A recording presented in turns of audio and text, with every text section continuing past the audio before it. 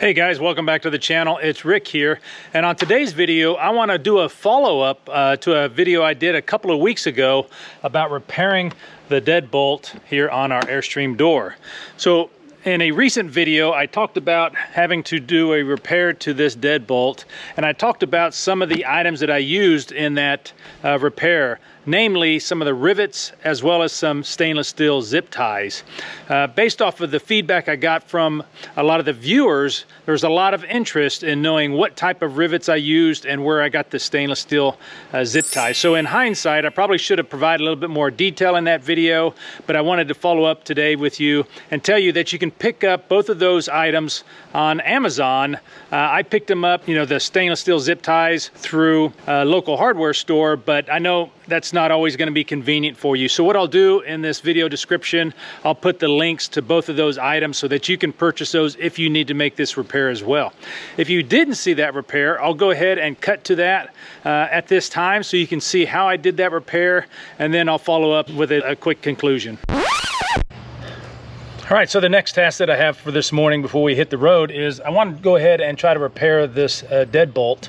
If you remember from our last video, Lisa had mentioned that it was sticking. She was having a hard time turning this and locking the door. Well, when I went to lock it, it didn't lock smoothly. It didn't slide in, so I had to push it in to get it to lock. And I think it's because this deadbolt right here has become loose inside the carriage. So what I'll have to do is take off the mechanism here, drill out a couple rivets and pull out that carriage, bend it back into place. But what I've got now is I'm going to add a couple of stainless steel zip ties, and that should help prevent this from occurring again in the future. So really simple task. Just need a drill, 5/32 drill bit, couple large head rivets, some stainless steel zip ties. I picked those up at Harbor Freight, I think it was, or Menards, one of the hardware stores. Screwdriver, and that's about it. And maybe 15-20 minutes of your time.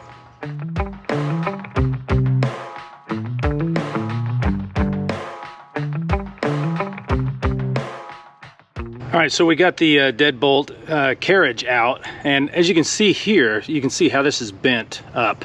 It's not supposed to be like that, and I think that just over time, this deadbolt here bends on that for some reason.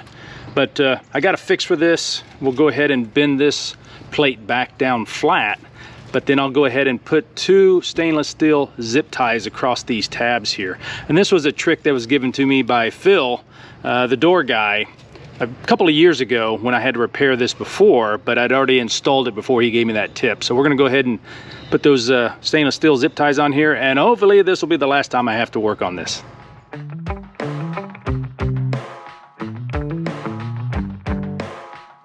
Okay, so we got both of the stainless steel zip ties put on there, so now it's just a matter of sliding it back in, putting the locking mechanism back in there, and then attaching two new rivets on there, and we'll be complete.